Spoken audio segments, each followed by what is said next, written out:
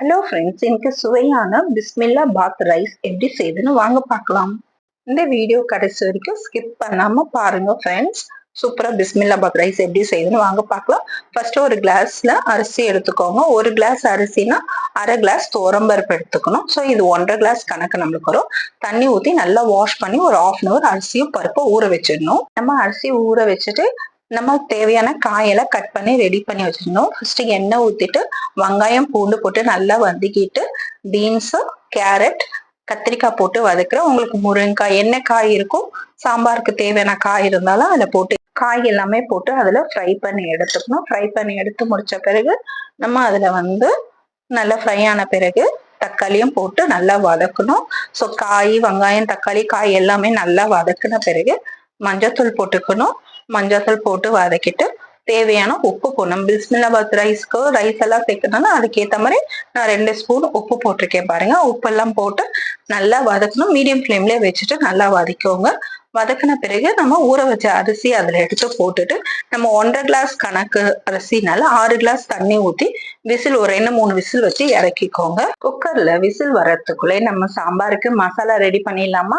அதுக்கு நம்ம ஒரு 5-6 நீட்டு காஞ்ச மிளகாய் எடுத்துக்கணும். காஞ்ச மிளகாய் எடுத்துட்டு 2 ஏலக்காய், ஒரு பட்டை,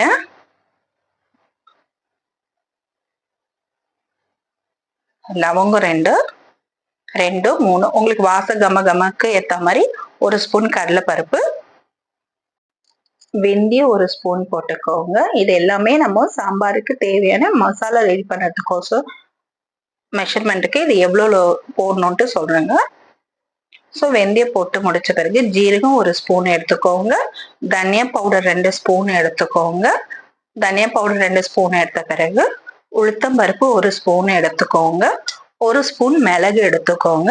ஸோ தேங்காய் பத்தை ஒரு பத்தியை குட்டி குட்டியா கட் பண்ணி எடுத்துக்கோங்க. ஸோ இது எல்லாமே எண்ணெயில போட்டு ஃப்ரை பண்ணிட்டு மிக்சியில போட்டு அரைச்சி நம்ம பவுடர் ரெடி பண்ண போறோம். இது சாம்பாருக்கு மசாலா பவுடர். வீட்லயே ரெடி பண்ணதுனால ஹெல்த்தியாவும் இருக்கும், நல்ல வாசமும் சூப்பரா இருக்கும், டேஸ்டும் செம்மையா இருக்கும். ட்ரை பண்ணி பாருங்க ஃப்ரெண்ட்ஸ். இந்த மாதிரி எண்ணெயில போட்டு வறுத்து எடுத்து ஆற வச்சு மிக்சியில பவுடர் பண்ணிக்கணும். அதுக்குள்ளே இப்போ நம்ம குக்கர்ல விசில் பிஸ்மில்லாபாத் ரைஸ்க்கு ரெடி ஆயிடுச்சு. புளி தண்ணியை கரைச்சி அதுல ஊத்திட்டு பெருங்காயம் கொஞ்சம் நல்லா போட்டு வாசம் கம டேஸ்ட் நல்லா இருக்கும்.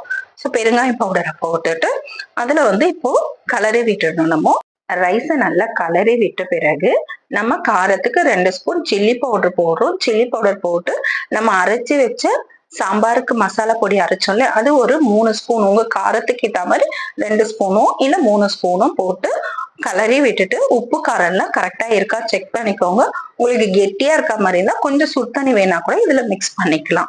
ஸோ இப்போ இந்த மசாலா எல்லாம் போட்டு ரெடி பண்ணிட்டு பக்கத்துல ஒரு கடாயில எண்ணெய் ஊத்தி கடுகு போட்டு கடுகு பொரிஞ்ச பிறகு வெங்காயம் கருவேப்பிலை காஞ்ச மிளகா போட்டு அதுல இறக்கிட்டு ஒரு 3 ஸ்பூன் நெய்யை போட்டா சுவையான சூப்பரான பிஸ்மில்லாபாத் ரைஸ் ரெடி ஆயிடுச்சு. இப்ப நம்மளுக்கு பாருங்களேன், நெய் போட்ட பிறகு சுவையான பிஸ்மில்லாபாத் ரைஸ் இப்ப நம்மளுக்கு ரெடி ஆயிடுச்சு. இந்த வீடியோ கண்டிப்பா உங்களுக்கு யூஸ்ஃபுல்லா இருக்கும். பிஸ்மில்லாபாத் ரைஸை இப்படி ஒரு தடவை ட்ரை பண்ணி தான் பாருங்களேன். சாப்பிடாத பிள்ளைங்க கூட கேட்டு வாங்கி ருசிச்சு சாப்பிடுவாங்க. இந்த ரெசிபி உங்களுக்கு கண்டிப்பா யூஸ்ஃபுல்லா இருக்கும்னு நினைக்கிறேன் ஃப்ரெண்ட்ஸ். இந்த வீடியோ பிடிச்சா என் சேனல் லைக் பண்ணுங்க, சப்ஸ்கிரைப் பண்ணுங்க, உங்க ஃப்ரெண்ட்ஸோட ஷேர் பண்ணுங்க ஃப்ரெண்ட்ஸ். பாருங்க, சுவையான உருளைக்கிழங்கு ஃப்ரையோட வத்தல் வச்சு பிஸ்மில்லாபாத் ரைஸ் இப்ப நம்மளுக்கு ரெடி ஆயிடுச்சு. இப்ப அந்த உருளைக்கிழங்கு ஃப்ரையும் வத்தலை வச்சு இந்த ரைஸோட வச்சு சாப்பிட்டா எம்மி டேஸ்டியா இருக்கும். பிள்ளைங்களுக்கு இந்த மாதிரி பார்த்து ட்ரை பண்ணி கொடுங்க ஃப்ரெண்ட்ஸ். ஹெல்த்தி ஃபுட்டு நம்ம வீட்லயே செய்யறதுனால ரொம்ப ஹெல்த்தி. இப்படி ஒரு தடவை செஞ்சுதான் கொடுத்து பாருங்க, பிள்ளைங்க கேட்டு வாங்கி விரும்பி சாப்பிடுவாங்க. என் சேனலுக்கு எப்பவுமே இதே மாதிரி சப்போர்ட் கொடுத்துட்டே வாங்க ஃப்ரெண்ட்ஸ். இந்த வீடியோ உங்களுக்கு கண்டிப்பா யூஸ்ஃபுல்லா இருக்கும்னு நினைக்கிறேன் ஃப்ரெண்ட்ஸ். இதே மாதிரி நிறைய ரெசிபிஸ் போடுறேன். என்னோட சேனலை பார்த்துட்டு எனக்கு லைக் கொடுத்துட்டே வாங்க, சப்போர்ட் பண்ணுங்க ஃப்ரெண்ட்ஸ். நம்ம நெக்ஸ்ட் வீடியோல சந்திக்கலாம். Thank you, bye friends.